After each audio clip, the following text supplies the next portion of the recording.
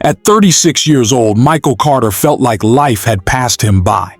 Not because he was lazy, not because he lacked talent, but because, somewhere along the way, he stopped believing. Every morning at 5:45 a.m., Michael woke up in a small, quiet apartment on the outskirts of the city. No view, no luxury, just the sound of traffic and the weight of responsibility. He worked a job he never imagined himself doing, not terrible, just empty. The kind of job that pays the bills but slowly drains the soul. Once Michael had dreams. He wanted to build something of his own. He wanted to prove to himself that he was capable of more. He wanted a life that felt meaningful, but life didn't follow the plan. After college, he struggled to find direction. His first business failed within a year. The second attempt left him in debt. A relationship he thought would last forever ended with the words, "I don't see a future with you." That sentence stayed with him, not because it was cruel, but because deep down, he feared it was true. Years passed. Friends moved ahead. Some bought houses. Some started families. Some became successful. Michael stayed busy, but stuck. And the most dangerous thing wasn't failure. It was comfort.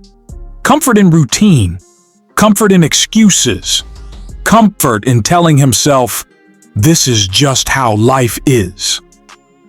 One night after another long day, Michael sat alone on his bed, staring at his phone, scrolling through messages he never replied to, photos of people winning at life. He whispered quietly, "Maybe this is it. Maybe I missed my chance." That's how most people quit. Not with drama, not with tears. They quit in silence. They wake up. They go to work. They repeat the same day for years, and they call it life. The next morning, something small happened.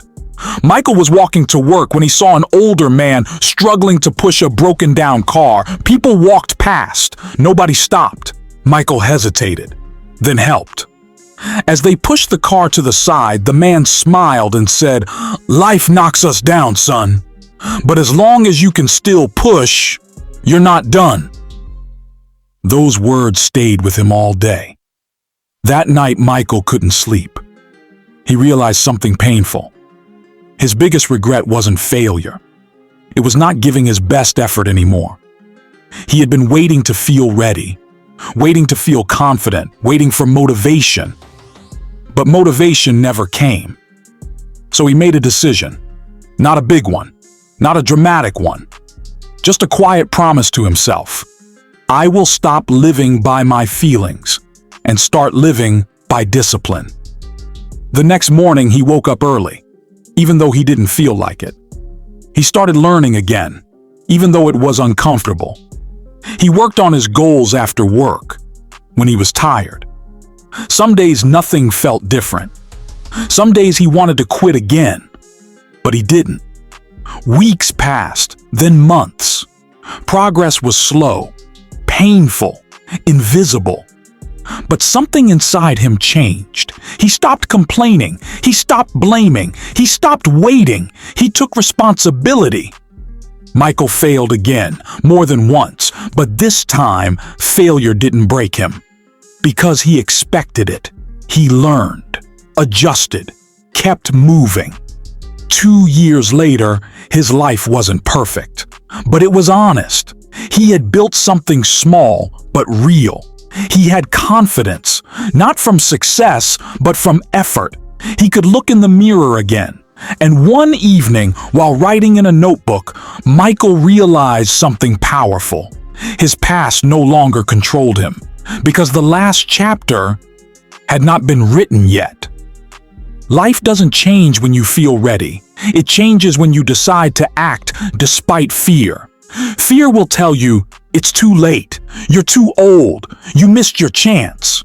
But fear has no future. At the end of fear, there is nothing. At the end of discipline, there is growth. At the end of effort, there is progress. At the end of perseverance, there is purpose. Michael didn't become famous.